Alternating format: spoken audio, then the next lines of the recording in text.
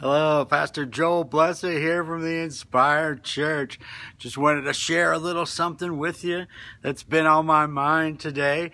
You got to keep fighting. You got to keep moving. You got to keep loving. You got to keep struggling. You got to fight through the pain, the anger, the hurt, all of the things of life that come our way. I was talking to a friend of mine, Chris Sheridan, back from in Florida. Dear friend of mine, we went through some hard times together back in our youth, in our younger days, and made some bad choices, and you know, we were living at this hotel at one point, the Tropical Palm Hotel, and neither one of us could afford anything else, and it was a week by week rate, and we just kept fighting and fighting. I was working at 7-Eleven. He was doing concrete jobs and different things like that, you know, and God just, I don't know why, but he kept us alive over all these years and all these things that struggles that we went through and bad choices. So let me encourage you today. Let me inspire you today. No matter what bad choice or thing that may be going on in your life, keep fighting the good fight of faith.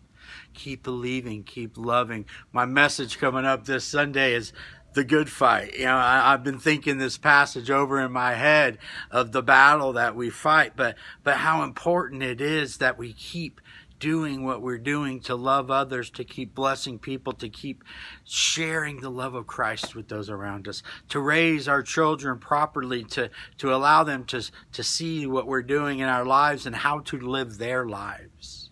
You know, I grew up with an evangelist father, and when I became a young man, I chose my own way to live, and I did all the stuff that people do in the world these days. But that training, that teaching, those Bible scriptures, those sermons were still inside me. It was still there within me. All I had to do was surrender to God, and it just bubbled back up, and I was able to serve in ministry and love others. So let me encourage you today. Let me inspire you today. Keep fighting through the circumstances. Let God cover you in the armor.